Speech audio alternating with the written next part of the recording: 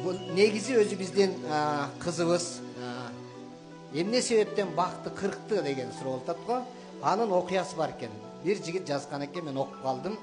Көрсө биздин Анжелика кызыбыз менен Бак экөө илгери көлдөн таанышып калыптыр.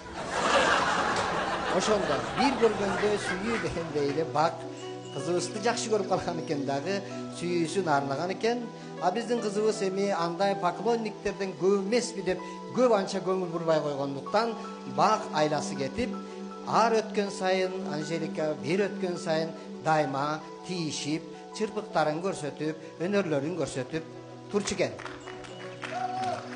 Анан бир күнү такыр Анжеликага жетпей турганда көз жеткенден кийин, анан Анжелика келатканда баягы Бак өлөйүндө алдына боюн таштаптыр.